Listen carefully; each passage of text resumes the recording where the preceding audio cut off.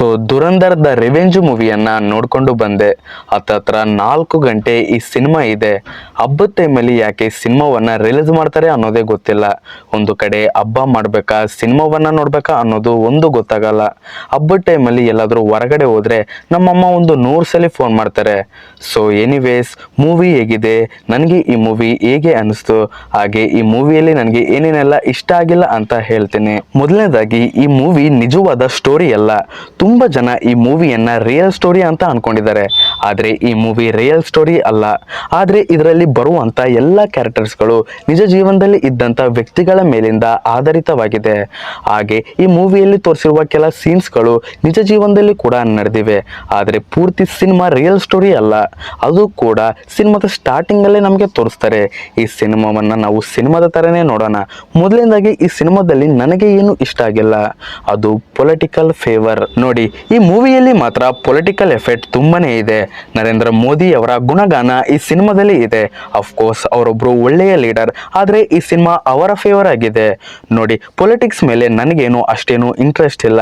ಆದ್ರೆ ಈ ಸಿನಿಮಾವನ್ನ ನೋಡಿ ನನಗೆ ಅರ್ಥ ಆಗಿದ್ದು ಏನಂದ್ರೆ, ಇದರಲ್ಲಿ ರಾಂಗ್ ಪ್ರಾಪಗಂಡನ ಹಬ್ಬಿಸ್ತಾ ಇದ್ದಾರೆ. ದುರಂಧರ್ ಮೂವಿಯ ಮೊದಲನೇ ಭಾಗದಲ್ಲಿ 26/11 ಮುಂಬೈ ಅಟ್ಯಾಕ್ ನ ತೋರಿಸ್ತಾರೆ. ಆ ಸಮಯದಲ್ಲಿ ಕಾಂಗ್ರೆಸ್ ಸರ್ಕಾರ ಅಧಿಕಾರದಲ್ಲಿ ಇತ್ತು. ಸಿನಿಮಾದ ಪ್ರಕಾರ ಇಂಡಿಯಾದ ಸ್ಪೈ ಆ ಅಟ್ಯಾಕಿನ ಬಗ್ಗೆ ಮೊದಲೇ ಹೇಳಿದ್ರು. ಕಾಂಗ್ರೆಸ್ ಸರ್ಕಾರ ಅದನ್ನ ತಡಿಲಿಲ್ಲ ಅಂತ ತೋರಿಸ್ತಾರೆ. ಆದ್ರೆ ದುರಂಧರ್ ಮೂವಿಯ 2ನೇ ಭಾಗದಲ್ಲಿ ಬಿಜೆಪಿ ಗೌರ್ಮೆಂಟ್ ಅಧಿಕಾರಕ್ಕೆ ಬರುತ್ತೆ.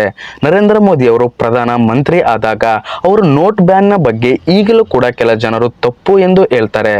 ಆದ್ರೆ ಈ ಮೂವಿಯಲ್ಲಿ ಅದರ ಬಗ್ಗೆ ಕ್ಲಾರಿಟಿಯನ್ನ ಕೊಟ್ಟಿದ್ದಾರೆ. ಕಪ್ಪು ಹಣ, ನಕಲಿ ನೋಟುಗಳು ಮತ್ತೆ ಟೆರರಿಸ್ಟ್ ಫಂಡಿಂಗ್ ಅನ್ನ ತಡೆಯೋದಕ್ಕೆ ಆ ನಿರ್ಧಾರವನ್ನ ತೆಗೆದುಕೊಂಡ್ವಿ ಅಂತ ಈ ಸಿನಿಮಾದಲ್ಲಿ ತೋರಿಸ್ತಾರೆ. ಎಲ್ಲ ಕಡೆಯಿಂದ ಈ ಮೂವಿ ಬಿಜೆಪಿ ಗೌರ್ಮೆಂಟ್ ಅನ್ನ ಫೇವರ್ ಮಾಡ್ತಾ ಇದೆ. ನಮ್ಮ ಗೌರ್ಮೆಂಟ್ ಇರುವಾಗ ಟೆರರಿಸ್ಟ್ ಅಟ್ಯಾಕ್ ಗಳನ್ನ ನಾವು ತಡೆದ್ವಿ.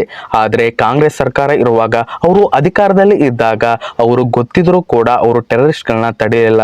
ನಮ್ಮ ದೇಶಕ್ಕೆ ಬಂದು ಅಟ್ಯಾಕ್ ಮಾಡೋದಕ್ಕೆ ಅವರು ಬಿಟ್ರು ಅಂತ ಈ ಮೂವಿಯಲ್ಲಿ ಪ್ರಚಾರವನ್ನ ಮಾಡ್ತಾ ಇದ್ದಾರೆ. ಆದ್ರೆ ರಿಯಾಲಿಟಿಯಲ್ಲಿ ನೋಡಿದ್ರೆ, ನರೇಂದ್ರ ಮೋದಿ ಅವರ ಸರ್ಕಾರ ಇರುವಾಗ 2019ರಲ್ಲಿ ಪುಲ್ವಾಮಾ ಅಟ್ಯಾಕ್ ಆಗಿ 40 ಜನ ಸೈನಿಕರು ಸತ್ತು ಹೋದ್ರು. 2025ರಲ್ಲಿ ನರೇಂದ್ರ ಮೋದಿ ಅವರ ಸರ್ಕಾರ ಇರುವಾಗ ಪಹಲ್ಗಾಮ್ ಅಟ್ಯಾಕ್ ಆಗಿ 26 ಅಮಾಯಕ ಟೂರಿಸ್ಟ್ ಗಳನ್ನ ಆ ಟೆರರಿಸ್ಟ್ ಗಳು ಕೊಂದು ಹಾಕಿದ್ರು. ಇದನ್ನೆಲ್ಲ ಈ ಮೂವಿಯಲ್ಲಿ ಯಾಕೆ ತೋರಿಸಿಲ್ಲ? ಬರೀ ಪಾಸಿಟಿವ್ ವಿಷಯನ ಯಾಕೆ ತೋರಿಸ್ತಾರೆ? ನೋಡಿ, ನಾನೇನು ಇಲ್ಲಿ ಯಾವುದೇ ಒಂದು ಪಕ್ಷವನ್ನ ಡಿಫೈನ್ ಮಾಡ್ತಾ ಇಲ್ಲ, ಯಾವುದೇ ಒಂದು ಪಕ್ಷವನ್ನ ಫೇವರ್ ಕೂಡ ಮಾಡ್ತಾ ಇಲ್ಲ.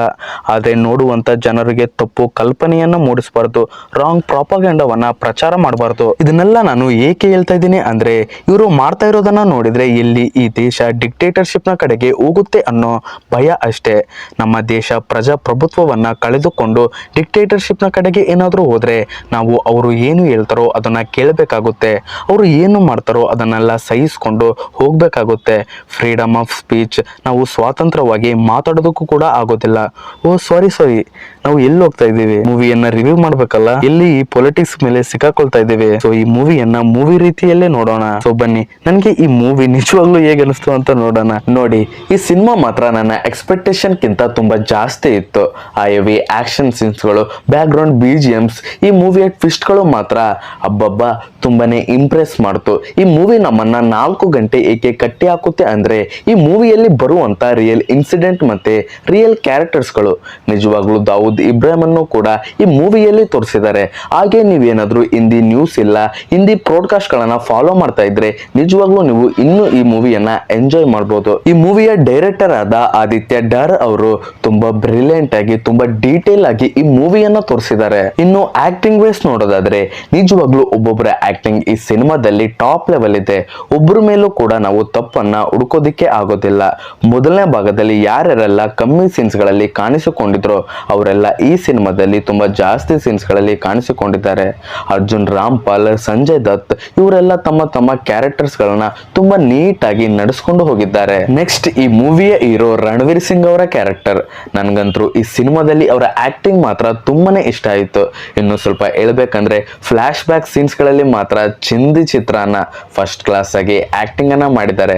ಪದ್ಮಾವತ್ ಮತ್ತು ಬಾಜಿರಾವ್ ಮಸ್ತಾನಿ ಆದ್ಮೇಲೆ ಅವರ ಕೆರಿಯರ್ಗೆ ಈ ಸಿನಿಮಾ ಇನ್ನಷ್ಟು ಬೂಸ್ಟ್ ಕೊಡುತ್ತೆ. ಅವರನ್ನು ಕೂಡ ಅವರ ಫ್ಲಾಪ್ ಸಿನಿಮಾಗಳಿಂದ ತುಂಬಾನೇ ಟ್ರೋಲ್ ಮಾಡ್ತಾ ಇದ್ರು. ಈ ಸಿನಿಮಾದಿಂದ ಅವರು ಎಲ್ಲರ ಫೇವರೇಟ್ ಆಗ್ತಾರೆ. ಈ ಸಿನಿಮಾದ 2ನೇ ಹೀರೋ ಯಾರಪ್ಪ ಅಂದ್ರೆ ಅದು ಈ ಸಿನಿಮಾದ ಮ್ಯೂಸಿಕ್. ನಿಜವಾಗ್ಲೂ ಆಕ್ಷನ್ ಸೀನ್ಸ್ ಗಳಲ್ಲಿ ಹಿಂದೆ ಬ್ಯಾಕ್ ಗ್ರೌಂಡ್ ಅಲ್ಲಿ ಸಾಂಗ್ ಪ್ಲೇ ಆಗ್ತಾ ಇತ್ತು. ಆ ಸಾಂಗ್ಸ್ ಗಳನ್ನ ಕೇಳ್ತಿದ್ರೆ ಥಿಯೇಟರ್ಗೆ ಬಂದು ಸಿನಿಮಾ ನೋಡುವಂತ ಆಡಿಯನ್ಸ್ ನ ಎನರ್ಜಿನ ಅದು ಇನ್ನಷ್ಟು ಬೂಸ್ಟ್ ಕೊಡ್ತಾ ಇತ್ತು. ಈ ಸಿನಿಮಾದ ಮ್ಯೂಸಿಕ್ ಇಲ್ಲೊಂದು ಮೇನ್ ಕ್ಯಾರೆಕ್ಟರ್ ಅನ್ನ ಪ್ಲೇ ಮಾಡ್ತಾ ಇದೆ. ಆದ್ರೆ ತುಂಬಾ ಇಂಗ್ಲಿಷ್ ಸಾಂಗ್ಸ್ ಗಳು ಇದೆ, ಅದೊಂದು ಬೇಜಾರಷ್ಟೇ. ನೆಕ್ಸ್ಟ್ ಈ ಸಿನಿಮಾದ ಸ್ಟೋರಿ. ಮೊದಲನೇ ಭಾಗದ ಕೊನೆಯಿಂದ ಈ ಸಿನಿಮಾ ಕಂಟಿನ್ಯೂ ಆಗುತ್ತೆ. ಇಲ್ಲಿ ರಣವೀರ್ ಸಿಂಗ್ ಅವರು ಪ್ಲೇ ಮಾಡ್ತಿರುವಂತ ಅಮ್ಜಾನ ಕ್ಯಾರೆಕ್ಟರ್ ನ ಬ್ಯಾಕ್ ಸ್ಟೋರಿಯನ್ನು ಕೂಡ ತೋರಿಸ್ತಾರೆ. ಅವನ ಬ್ಯಾಕ್ ಸ್ಟೋರಿ ಜೊತೆ ನಾವು ಕೂಡ ಎಮೋಷನಲ್ ಆಗಿ ಕನೆಕ್ಟ್ ಆಗ್ತೀವಿ. ಅದರ ಜೊತೆನೆ ಮೂವಿ ಕೂಡ ಮುಂದೆ ಹೋಗುತ್ತೆ. ಕಮ್ಜಾ ಹೇಗೆ ಲಹರಿಯ ಕಿಂಗ್ ಆಗ್ತಾನೆ, ಅವನು ಏನೇನೆಲ್ಲ ಅಲ್ಲಿ ಕಷ್ಟನ ಎದುರಿಸ್ತಾನೆ, ಒಂದೊಂದನ್ನ ನಾನು ಟ್ರೈಲರ್ ಅನ್ನೇ ನೋಡಿ ಎಕ್ಸ್ಪೆಕ್ಟ್ ಮಾಡಿದ್ದೆ. ಅದೇ ರೀತಿ ಮೂವಿಯಲ್ಲಿ ಕೂಡ ಆಯ್ತು. ಆದ್ರೆ 4 ಗಂಟೆ ಈ ಸಿನಿಮಾ ಎಲ್ಲಿ ಕೂಡ ಲ್ಯಾಕ್ ಆಗೋಲ್ಲ. ಈ ಸಿನಿಮಾದ ಟ್ವಿಸ್ಟ್ ಗಳು ನಿಮ್ಮನ್ನ ಬೋರ್ ಆಗೋದಿಕ್ಕೆ ಬಿಡೋದಿಲ್ಲ. ಮೊದಲನೇ ಹಾಫ್ ಅಲ್ಲಿ ಟ್ವಿಸ್ಟ್ ಮಾತ್ರ ತುಂಬಾನೇ ಚೆನ್ನಾಗಿದೆ. ಇನ್ನೇನು ಅವನು ಸಿಕ್ಕಾಕೊಂತಾನೆ ಅಂತ ಅನ್ಕೊಂತೀವಿ. ಆ ಮೊದಲನೇ ಹಾಫ್ ತುಂಬಾ ಕ್ಯೂರಿಯಾಸಿಟಿನ ಉಡ್ಸುತ್ತೆ. ಹಾಗೆ ಈ ಮೂವಿಯ ಕ್ಲೈಮ್ಯಾಕ್ಸ್, ಇನ್ನೇನು ಈ ಮೂವಿಯ ಲಾಸ್ಟ್ ಸೀನ್ ಇದು ಇರಬೇಕು ಅಂತ ಅನ್ಕೊಂಡ್ರೆ ಮತ್ತೆ ನೆಕ್ಸ್ಟ್ ಸೀನ್ ಬರೋದು. ಅದೇ ತರ 2-3 ಟೈಮ್ ಆಗಿದೆ. ಹಾಗೆ ಕೊನೆಗೆ ಲಾಸ್ಟ್ ಸೀನ್ ಕಮ್ಜಾನ ಟ್ರೈನಿಂಗ್ ಅನ್ನ ತೋರಿಸ್ತಾರೆ. ಅದೇ ಲಾಸ್ಟ್ ಸೀನ್ ಅನ್ಕೊಂಡು ನಾನು ಎದ್ದು ಹೋದೆ. ಥಿಯೇಟರ್ ಎಲ್ಲ ಖಾಲಿ ಆಯ್ತು. ಆದ್ರೆ ಅದಾದ್ಮೇಲೂ ಕೂಡ ಒಂದು ಸೀನ್ ಇದೆ, ಲಿಟ್ರಲಿ ಅದನ್ನ ಮನೆಗೆ ಬಂದು ಇನ್ಸ್ಟಾಗ್ರಾಮ್ ಅಲ್ಲಿ ನಾನು ನೋಡಿದ್ದು. ನೀವು ಈ ವಿಡಿಯೋವನ್ನ ಸಿನಿಮಾವನ್ನ ನೋಡ್ಕೊಂಡು ಬಂದು ನೋಡ್ತಾ ಇದ್ರೆ ಆ ಸೀನ್ ಅನ್ನ ನೀವು ನೋಡಿದ್ರ ಅಂತ ಕಮೆಂಟ್ ಮಾಡಿ. ನೀವೇನಾದ್ರೂ ಮೊದ್ಲೇ ನೋಡ್ತಾ ಇದ್ರೆ ದಯವಿಟ್ಟು ಆ ಲಾಸ್ಟ್ ವರ್ಗೂ ಕೂತ್ಕೊಳ್ರಿ, ಆ ಸೀನ್ ನಿಮ್ಗೆ ಕಾಣುತ್ತೆ. ಹಾಗೆ ಈ ಸಿನಿಮಾದ ಟ್ವಿಸ್ಟ್ ಬಗ್ಗೆ ಮಾತಾಡೋದಾದ್ರೆ, ಯಾರನ್ನ ನಾವು ಈ ಸಿನಿಮಾದಲ್ಲಿ ಇಷ್ಟು ದಿನ ಜೋಕರ್ ಅಂತ ಅನ್ಕೊಂಡಿದ್ವಿ ಅವರೇ ಕೊನೆಗೆ ಹೀರೋ ಆಗ್ತಾರೆ. ನಿಜವಾಗ್ಲೂ ಆ ಸೀನ್ಗೆ ಥಿಯೇಟರ್ ನ ರಿಯಾಕ್ಷನ್ ನೋಡ್ಬೇಕು. ಎಲ್ಲರೂ ತುಂಬಾನೇ ಎಂಜಾಯ್ ಮಾಡ್ತಾ ಇದ್ರು. ಹಾಗೆ ಲಿಟ್ರಲಿ ಪಾಕಿಸ್ತಾನವನ್ನ ಮಾತ್ರ ಈ ಸಿನಿಮಾದಲ್ಲಿ ಜೋಕ್ ಮಾಡಿ ಇಟ್ಟಿದ್ದಾರೆ. ಸೊ ಇನ್ನೇನು ನಾನು ಸ್ಟೋರಿಯನ್ನ ಜಾಸ್ತಿ ಹೇಳೋದಿಲ್ಲ.